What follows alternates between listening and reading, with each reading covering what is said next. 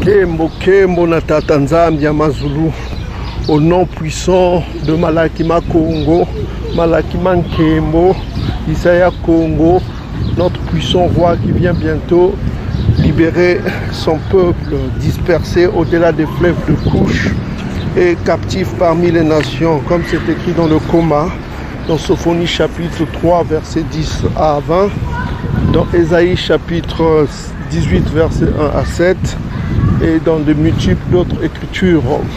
Le peuple du Dieu vivant est dispersé au-delà des fleuves de couche. Donc aujourd'hui, bien-aimés frères et sœurs, nous continuons avec la sagesse des Bankaka, le Coma des Bankaka, pour nourrir le peuple du Dieu vivant, le peuple du Dieu créateur des cieux et de la terre. Ok?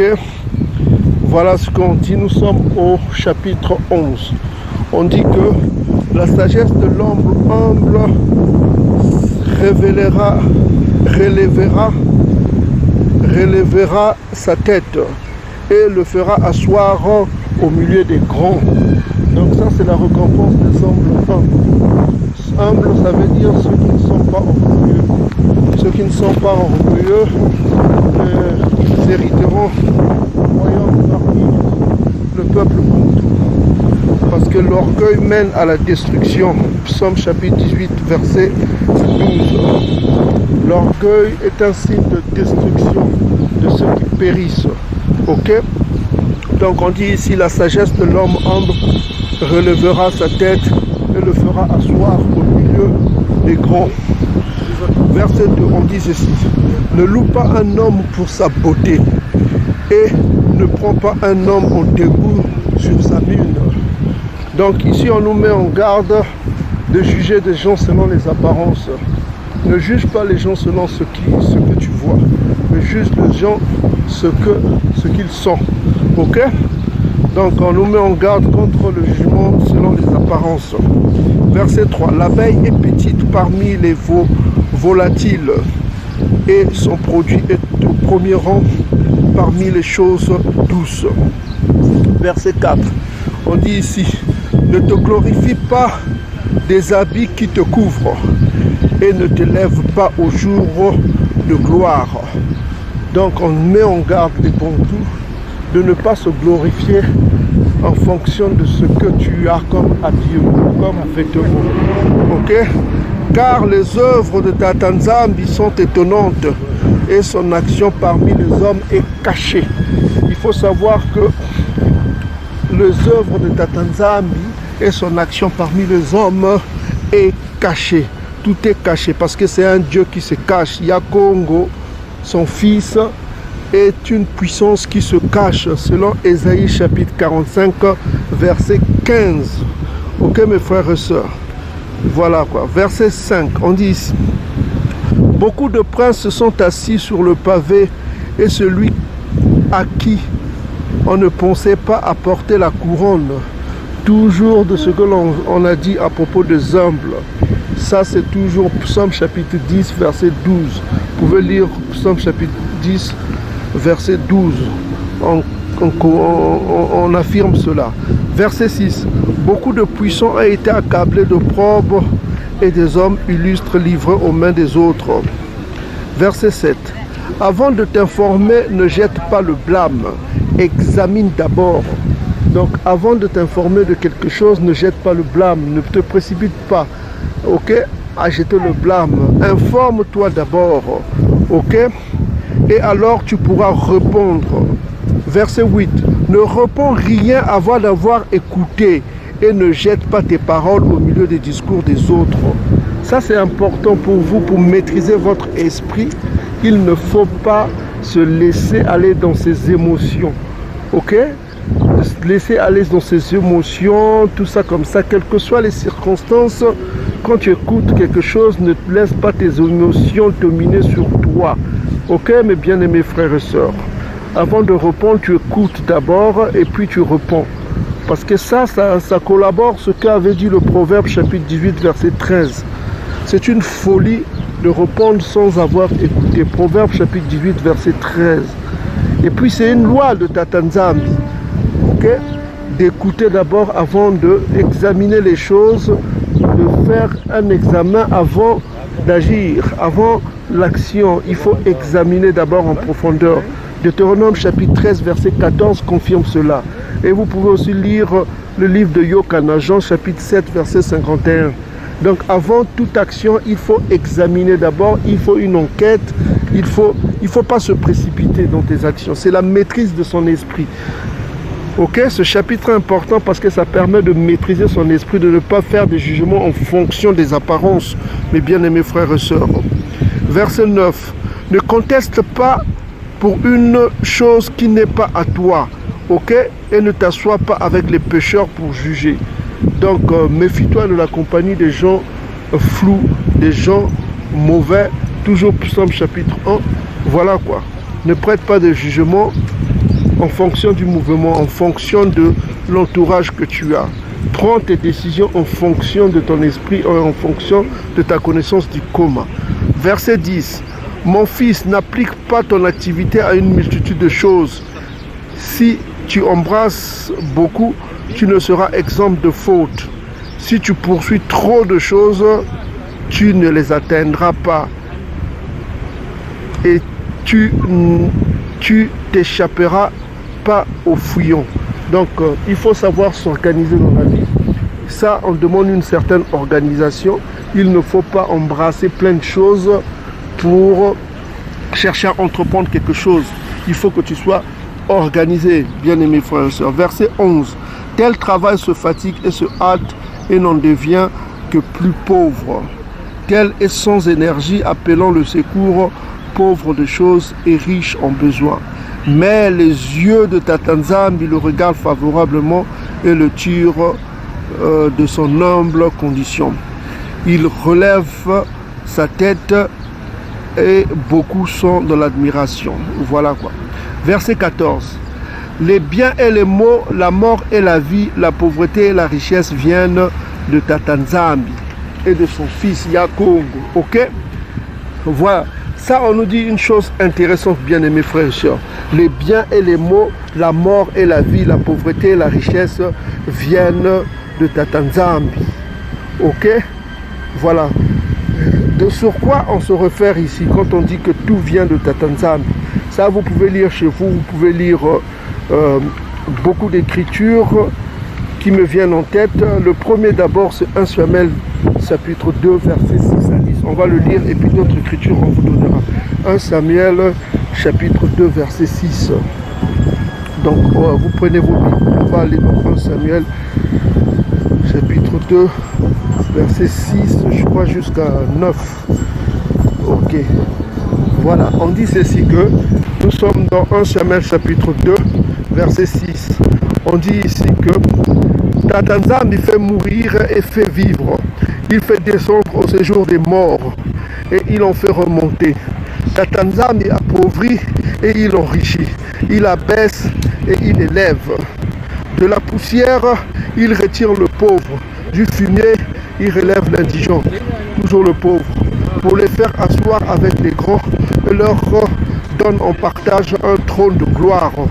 Ok, c'est ce qu'on vient de lire dans Benan Sila, chapitre 11, verset 1 à 2. Le humble, il le fait asseoir avec les grands. Donc je continue.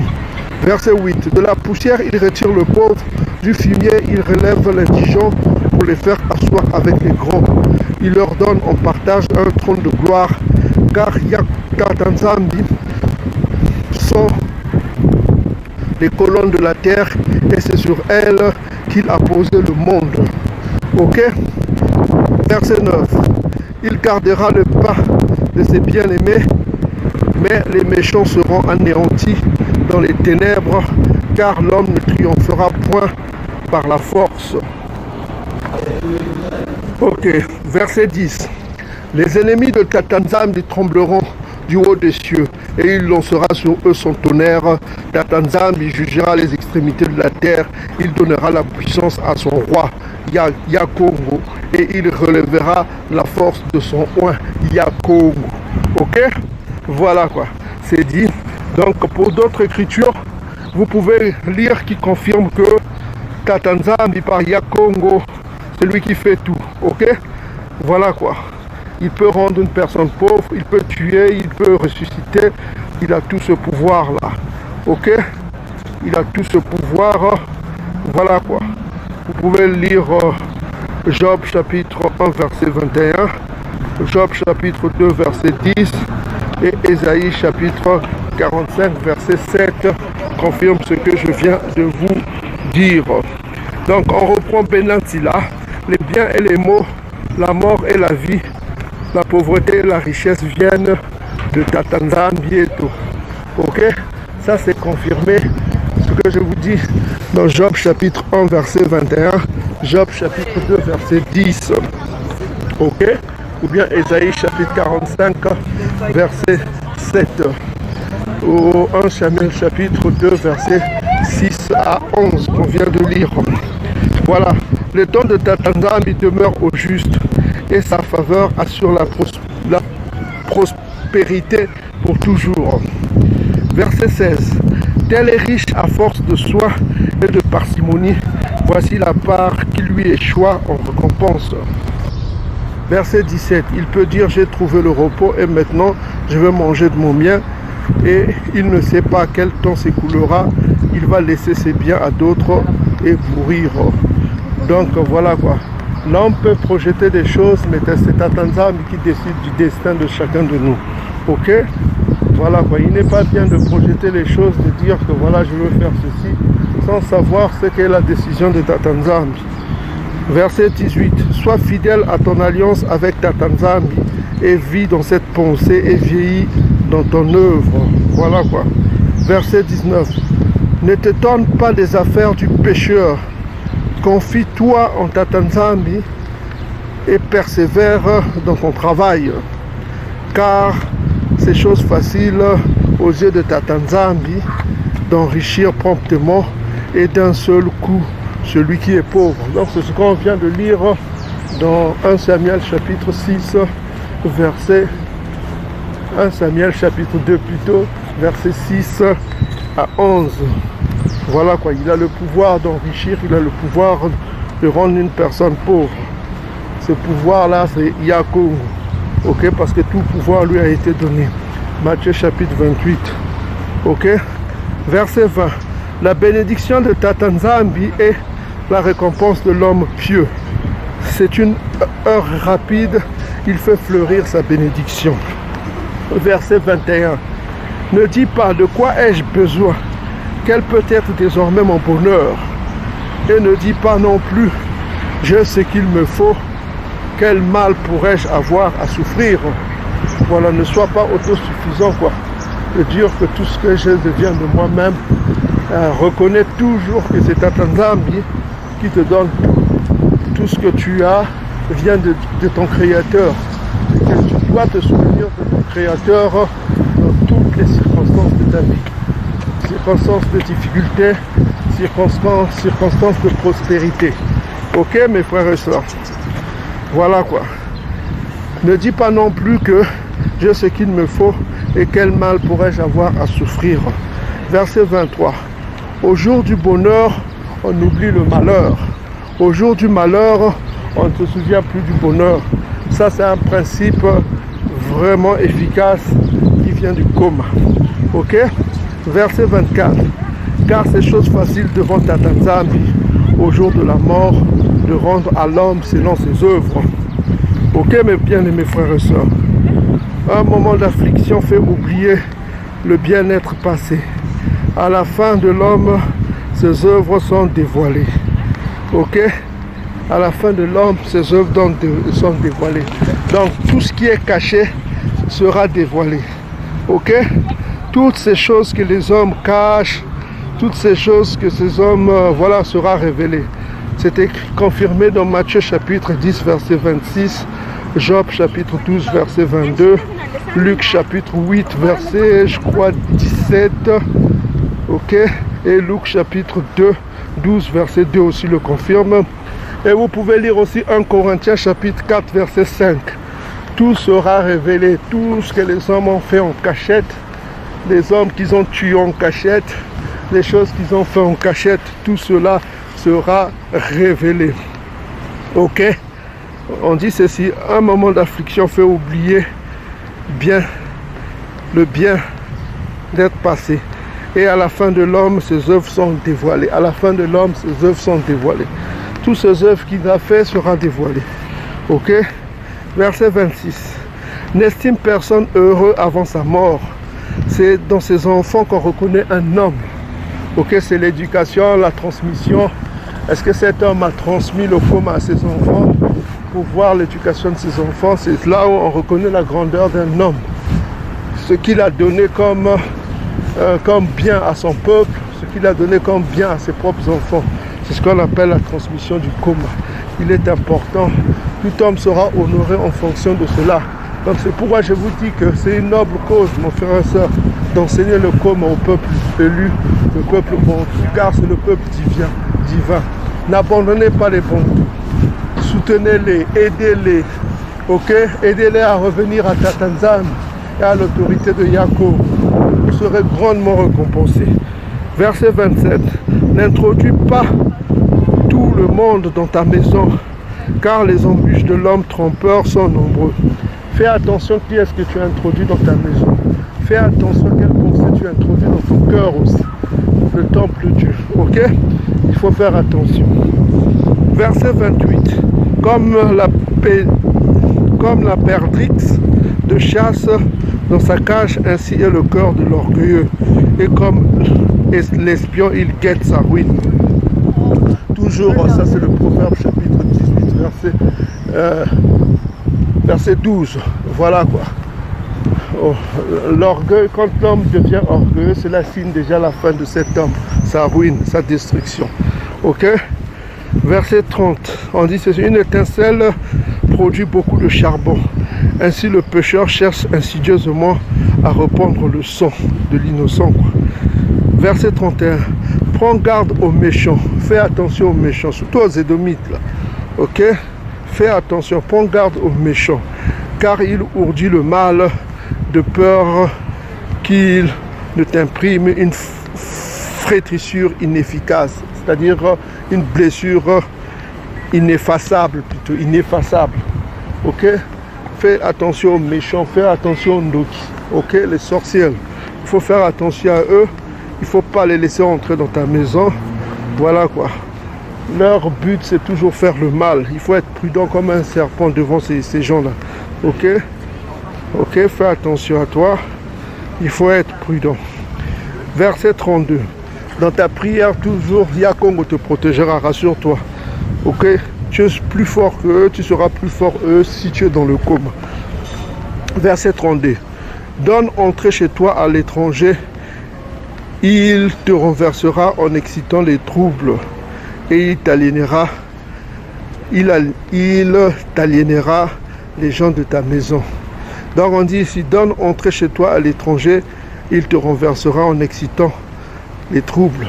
Donc ça c'est la leçon que le royaume Congo n'a pas tenu compte. Ils ont fait entrer les Ngoï étrangers, comme on appelle les Édomites et les Ismaélites. En fin de compte, qu'est-ce qu'ils ont fait? Ils ont renversé le royaume, ils ont kidnappé les frères Bantous. Et ça c'est une bonne leçon. Hein? C'est une bonne leçon que nos Bankaka n'ont pas retenu au royaume Congo et d'autres royaumes Bantous. Ils ont fait rentrer dans leur maison l'impie édomite. En conséquence, ils ont tout renversé et ils ont mené le christianisme édomite qui fait aujourd'hui la perte du peuple. Soyez bénis, Beluka à tout le peuple Bantou, que Yakongo règne, que les Bantous règnent, les élus Bantous règnent. Salam à tous, Beluka, soyez bénis. Matondo.